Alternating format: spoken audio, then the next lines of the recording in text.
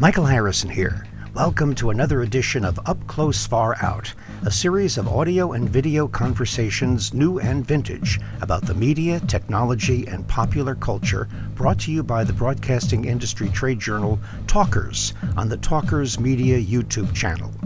On this installment, we'll be presenting segments from a vintage program that served as one of the forerunners of modern cable news talk television and a historic media milestone on which I had the privilege of serving as a guest panelist. The series was titled Talk Live, which ran for several years in the early mid-90s on CNBC. It dealt with news and politics, as well as the wider scope of popular culture, including arts and entertainment. Not only did it include an array of guest panelists, but it also showcased a variety of guest hosts.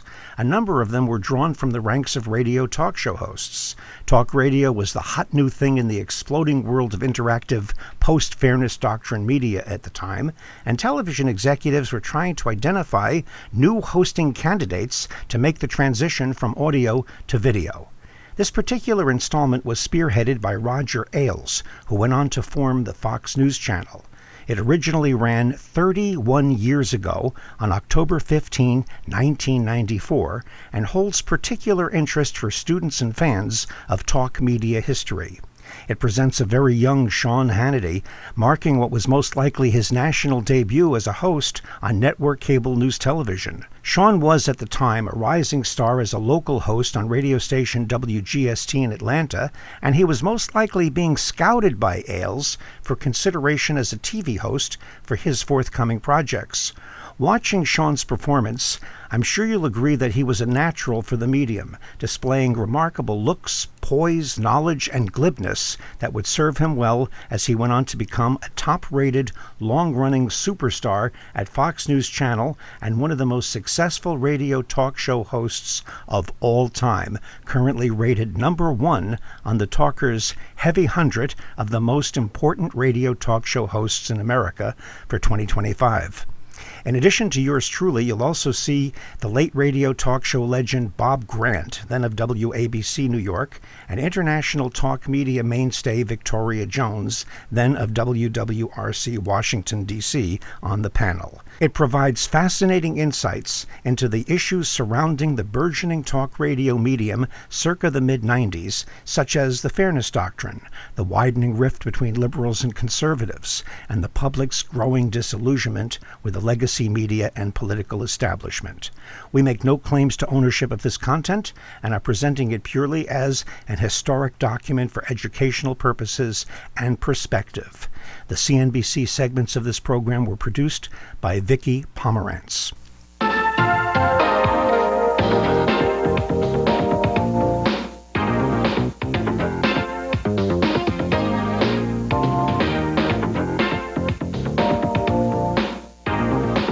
Live from Studio 2 at CNBC, this is Talk Live with tonight's host, Sean Hannity.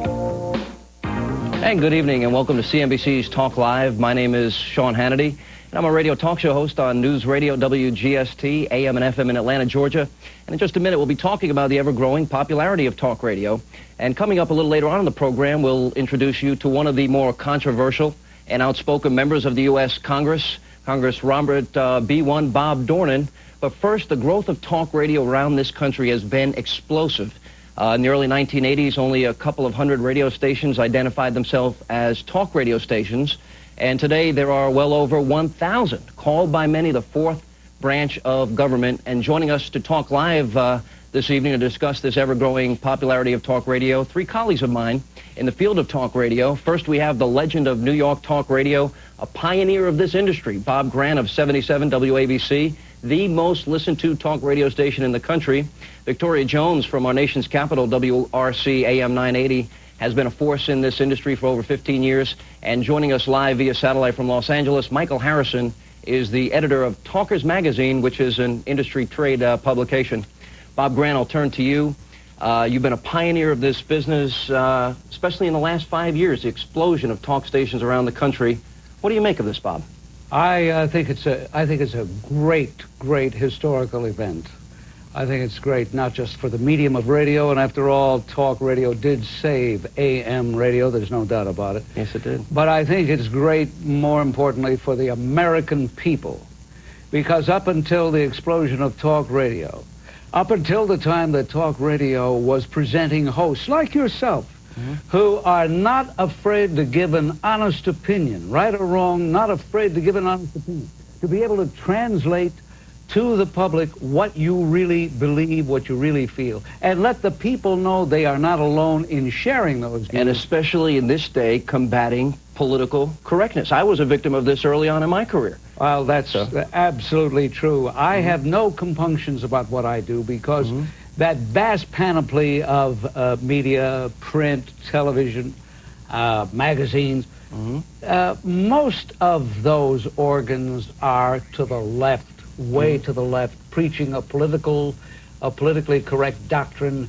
that is inimical to what the founding fathers of this country. Victoria Jones, let me bring you into this discussion. You've been in this business 15 years, the ever-growing popularity of talk radio.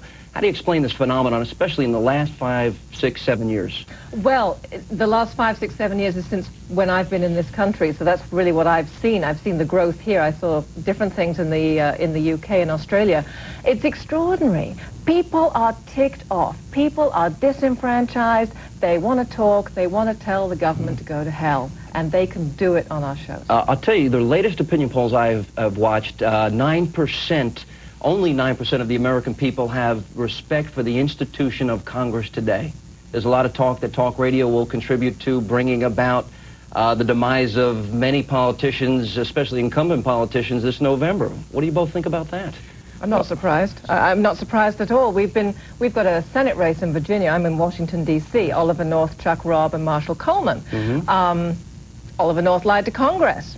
Right. The electorate's delighted that he lied to Congress, jumping up and down, and thinks it's something very clever to have done. That's what the electorate thinks of Congress. Well, I don't know if it's that they think it was clever to lie to Congress. Oh, yeah, they do. I think what a lot of people sense is that the people on that committee were a bunch of hypocrites anyway, a bunch of fake, phony frauds who sat there so pompously in judgment of this hero Marine, and they want to single him out. I'm not saying Ollie North is absolutely perfect, but when you think of the vicious campaign being conducted against him, bringing in, of all people, Slick Willie himself. Right. Slick Willie has the nerve to go in there and campaign against Ollie North. Victoria Jones, let's bring this up, though, and we're going to get to Michael Harrison, who joins us in Los Angeles in just a minute here, but here's Ollie North that goes before, if you're a believer in covert operations, he goes before the Congress. The American people applaud. They love this guy. They think he's wonderful.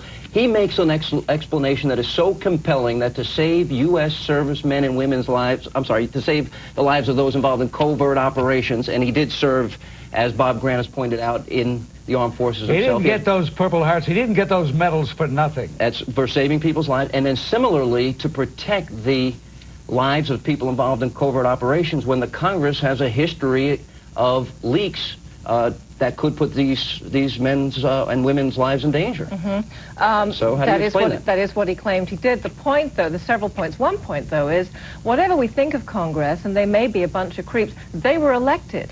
And as long as they're elected, and as long as we think that this system of government means something, if we cease to have respect for the institution itself, we might as well throw it out. Let's head out to That's what's in danger of happening. I'm not saying these are good guys at all. I know Bob Grant wants to jump in here. Let's head out to Los Angeles for just a minute here. Michael Harrison joins us via satellite. He's at the National Association of Broadcasters convention out there.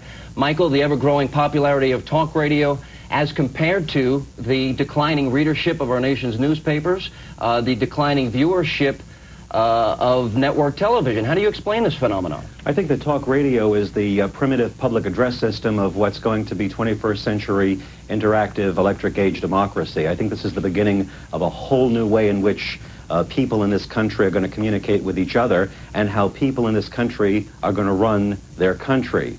We're seeing a change from, I would call it 18th century representative government, which has really been the model for how this country is operated, to the change that's occurring now. We're in a period of evolution to what will be 21st century electric age democracy. Everything will be instantaneous. Everything will be very fast action. There'll be interactivity not only between the people and the government, but between the people, between members of the government. And what you're seeing now are different factions along the spectrum of American political thought beginning to use this mechanism, beginning to organize, and those that are doing it quicker, those who are becoming the squeaky wheels, seem to be dominating talk radio. Well, in 5 years, you'll see liberals, you'll see middle ground, you'll see conservatives, all using talk radio effectively. We're going to talk about the effect of talk radio on the political process in just a minute here. Michael, the accusation against talk radio oftentimes is, I'm a conservative on talk radio. Bob Grant to my left is a conservative. You describe yourself as moderately conservative.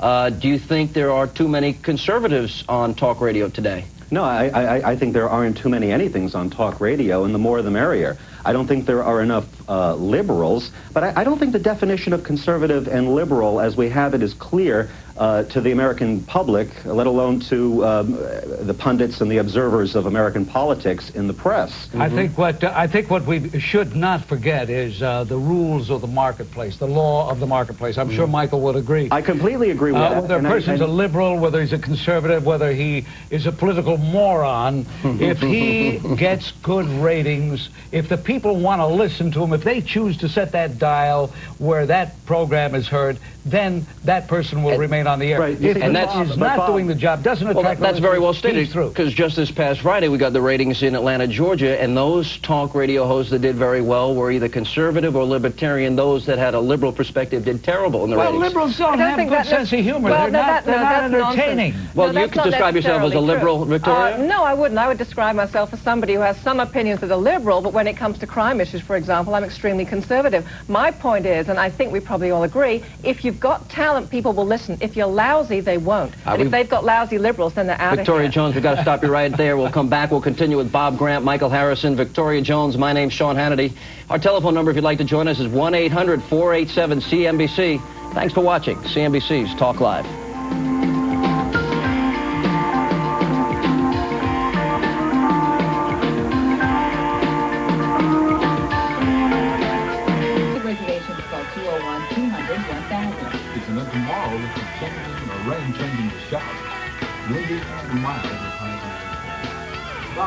And welcome back to CNBC's Talk Live. I'm Sean Hannity along with Bob Grant, Victoria Jones, and Michael Harrison.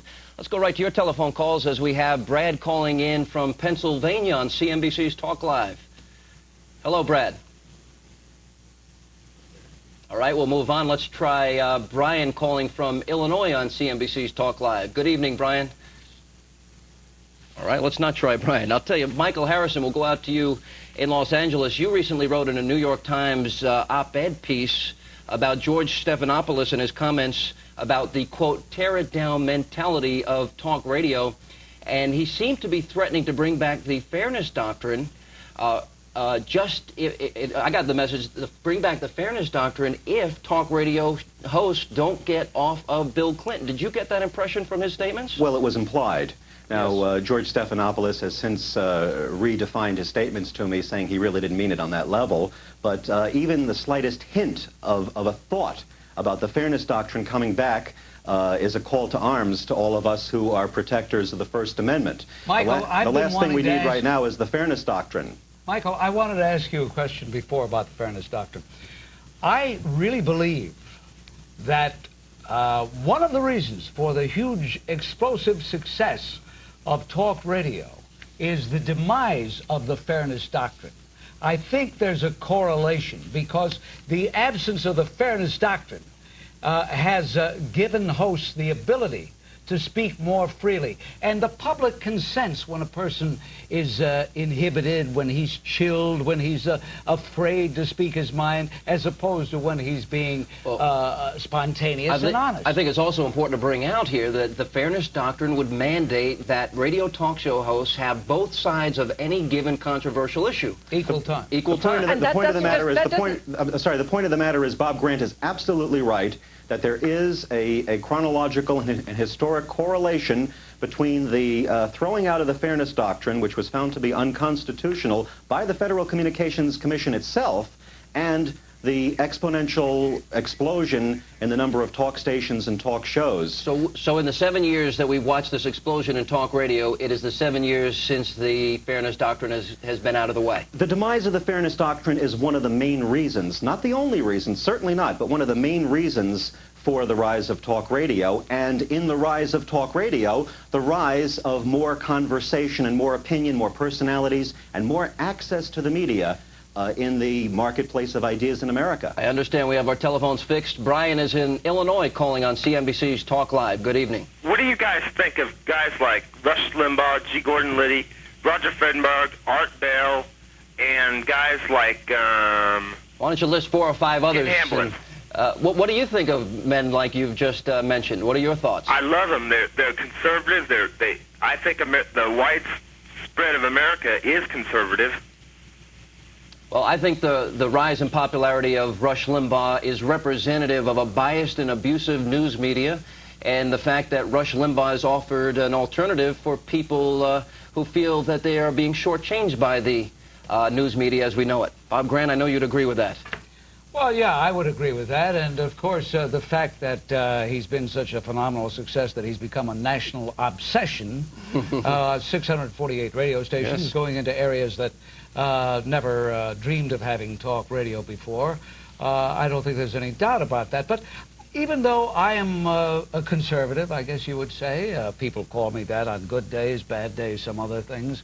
But I would not like to think that it's just political ideology that drives us and makes us successful, or whatever it is we are. I would not like to think that. That's the whole point. Rush Limbaugh is successful partly because of his politics, but largely because he's good at what he does. He's very talented. He knows how to entertain. He knows how to work the people, and he knows how to milk people of millions and millions of dollars, and he does it extremely well. Is that what that is? Is that the reason for Rush's success? He certainly does it extremely well. Now, some he of the other admits it. guys He admits it. He says, I don't give anything away. No, I don't give anything away. He sells it, and he's done it. He's marketed himself. Well, he's marketed himself, but also that. he's tapped into something that obviously was missing before Rush Limbaugh, of course which it is was missing. And what an was ideology. missing, I think it was partly the ideology, but partly what it was just the sense of being heard. Hey, look, I don't want to all. take anything away from him, but, you know, it's inevitable. We get on a program on this topic, we wind up talking about one guy. All right, we'll get off. I was here prefer? before he came along. Yes. And I take nothing away from him. How in the world could I? But Michael agreed with me that the success of this format is there's a correlation with what we do and the absence of the Fairness Doctrine. Yes, there is. And the rise of Mr. Limbaugh has come about at about the same time. Now, if the Fairness Doctrine were to come back, it would change everything.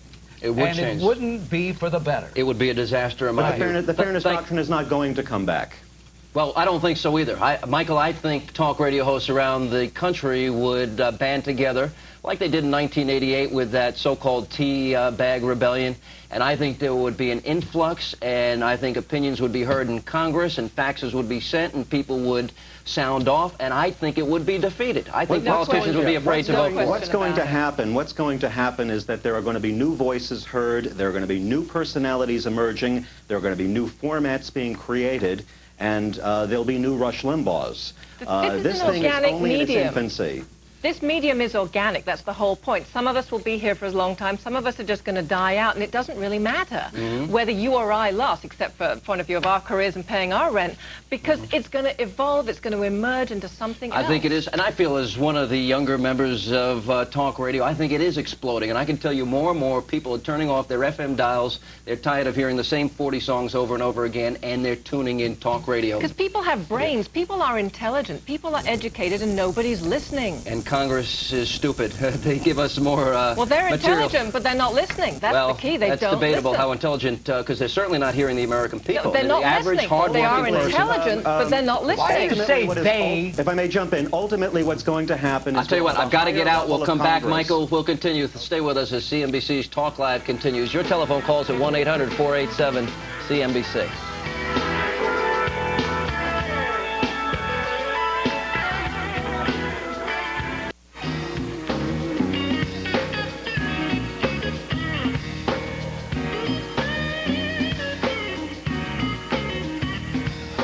And welcome back to CNBC's Talk Live. I'm Sean Hannity with News Radio WGST in Atlanta.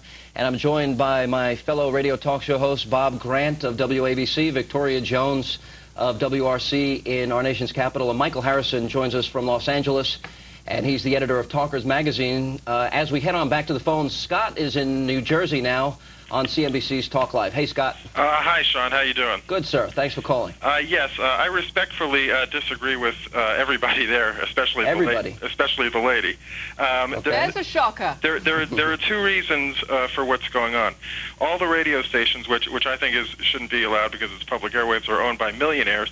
They're not going to put on a left-wing entertaining person like myself, for example, who would demolish Bob Grant in the ratings. Oh, you really think a lot of yourself, don't you? Okay, well, can I tell you Then something? why don't you have a job, sir? Can I say something? Why aren't you working in the industry, sir? Can I say something, please? Are you working in the industry, sir? Do you have a job? I'd be happy to talk to you after the show. Do you have a job, sir? Are you in the industry? Here's a person that obviously thinks a little too much of himself, in my view, because Bob Grant has been an institution in New York. Many have tried and many have failed to bring him down in the ratings as he continues to do very well. Bob, would you like to respond to him? Yeah, I would like to respond to him. Hey, Scott, you're a fake, phony fraud. Get off the air. Get a job, Scott, okay? Thank you, Scott. We're glad you called. As we go to Barney's calling next from New York City, New York on CNBC's Talk Live. Hello. Hi, good evening. How you doing? Good, thank you for calling. I'm a big fan of the Bob Grant show. I have a question. I was wondering if the particular political viewpoint of a host ever becomes a conflict with a sponsor of the show or anything like that. Also, I was wondering whether or not it's ever been determined if Goofy is a dog or if he is... All right, well, we'll let that go. So in terms of sponsors, I've had occasions where sponsors have pulled off my show, but the vast majority of sponsors do very well, so they stay with the program because the bottom line is, what are the results? And for every sponsor who pulls off, there's somody else who wants to come on. Usually sponsors This is a good time, Sean. Sean, if I may jump in. Michael, this is a good time to point out something that that other caller mentioned, is that talk radio, and Bob Grant mentioned it earlier, is very market-driven, and the idea that owners of radio stations or management of radio stations somehow would use their stations for their own political agenda is ridiculous. Very quickly, Michael, in the short time... Okay, well, many owners have told me they disagree with Rush Limbaugh personally, but they put him on because he makes money for them. In the short time we have left, talk radio has had an effect on the political process, as evidenced by the President of the United States making these comments on KMOX radio just recently from Air Force One. I have determined that I'm going to be aggressive about it. After I get off the radio today with you, Rush Limbaugh will have 3 hours to say whatever he wants. Would you like to leave a message? I won't have any opportunity to respond, and there's no truth detector. You won't get on afterward and say what was true and what wasn't. Would you like to leave a message for him? All I'm telling you is, I'm going to be far more aggressive because the American people are entitled to know what's going on good in this country. All right. Bob Grant.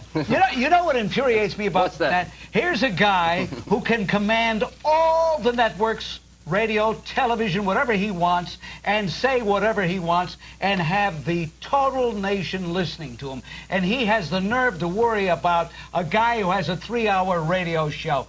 Hey, Mr. President, if you're listening, come on, be a man, will you? Michael Harrison, your response to the president?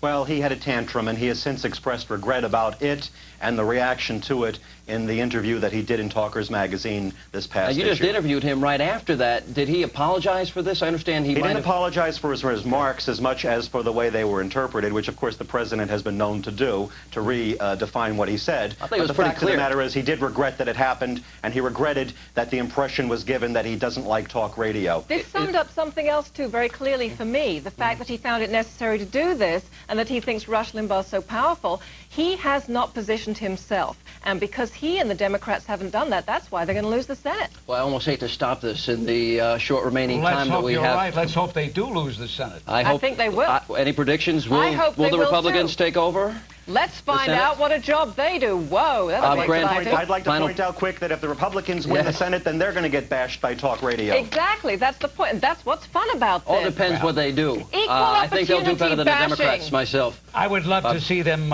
take over the Senate. I would love to see them take over the House of Representatives. After all, it's been over 40 years. And I think it's certainly time we make a change. Newt Gingrich is my congressman. I certainly hope that's the case, and I hope he becomes the Speaker of the House of Representatives. I got to thank Bob Grant from 77 WABC, Victoria Jones from WRC, AM 980 in our nation's capital, and Michael Harrison. Thank you for joining us out in Los Angeles at the NAB convention. Thank you all. When we come back, we'll be joined by one of the fiery orators in the U.S. House of Representatives, Congressman B1, Robert K. Dornan, joins us as we continue CNBC's Talk Live.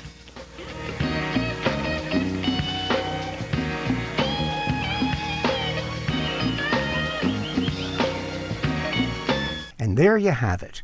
The year was 1994, and we just watched excerpts from an episode of CNBC's Talk Live, a groundbreaking cable TV talk program featuring guest panelists Bob Grant, Victoria Jones, and yours truly, Michael Harrison. The guest host was a young Sean Hannity in what was most likely his first major network cable television talk hosting appearance prior to his career at the Fox News Channel. Up Close, Far Out with Michael Harrison is a presentation of Talkers on the Talkers Media YouTube channel. Our producer is Matthew B. Harrison. Thank you for watching.